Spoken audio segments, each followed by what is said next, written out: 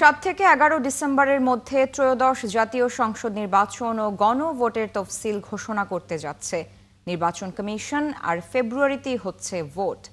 নির্বাচন পিছিয়ে যাবে এ ধরনের গুঞ্জনে কান না দিতে পরামর্শ দিলেন নির্বাচন কমিশন সচিব। ভোটের সব ধরনের প্রস্তুতি নেওয়া হয়েছে বলেও জানান তিনি। ফারজানা আক্তারের প্রতিবেদন।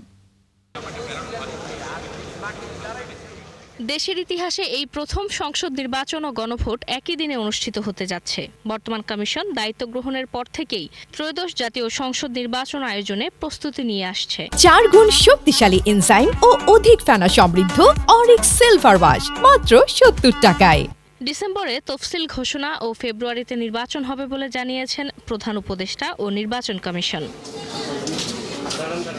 নির্বাচন নানা কারণে পিছিয়ে যেতে পারে বলে গুঞ্জন নানা মহলে। এই বিষয়ে জানতে চাইলে নির্বাচন কমিশন সচিব ৭১কে বলেন, কোনো গুঞ্জনে কান দেয়া উচিত হবে না। কান কথা শোনা উচিত না।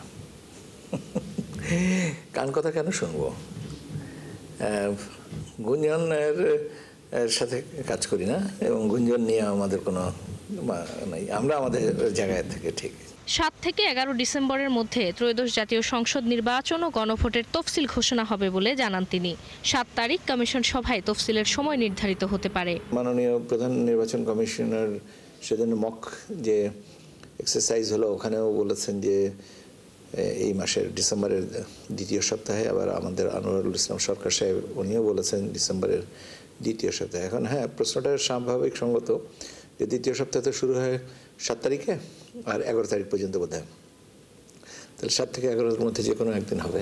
গণভোটের প্রশ্ন সবার কাছে বোধগম্য করতে প্রয়োজনীয় ব্যবস্থা ও প্রচারণা চালানো হবে বলে জানান আখতার আহমেদ। এই বিষয়ের প্রচারণাটা মূলত তথ্য মন্ত্রণালয় এবং কালচারাল অ্যাফেয়ার্স মিনিস্ট্রি, ওরা মুখ্য ভূমিকা পালন করছেন। আমরাও করব এবং আমাদেরটা আরেকটু সংকুচিত পরিসরে হবে। নির্বাচন অনুষ্ঠানে কোনো ধরনের চ্যালেঞ্জ আছে কিনা প্রশ্নের উত্তরে ইসি সচিব বলেন, যে কোনো সময় যে কোনো ধরনের চ্যালেঞ্জ আসতে পারে, তবে সব চ্যালেঞ্জ মোকাবেলায় প্রস্তুত নির্বাচন কমিশন। চ্যালেঞ্জ তো আছে। চ্যালেঞ্জ এমনই একটা জিনিস যে চ্যালেঞ্জটা জীবনে থাকবেই। এবারে একটা হচ্ছে যে কিছু কিছু চ্যালেঞ্জ অনুমেয়, যে আমরা ধরে নিতে পারি বা অনুমান করতে পারি যে এরকম পরিস্থিতি হতে পারে, আর কিছু কিছু জিনিস হচ্ছে অত্যন্ত আনফোরসিন বা বলা যেতে পারে যে হঠাৎ করে এটাগুলো ঘটে। আগামী নির্বাচন সুষ্ঠু হবে বলে আশাবাদ কমিশন সচিবের। ফারজানা আক্তার, ৭১, ঢাকা।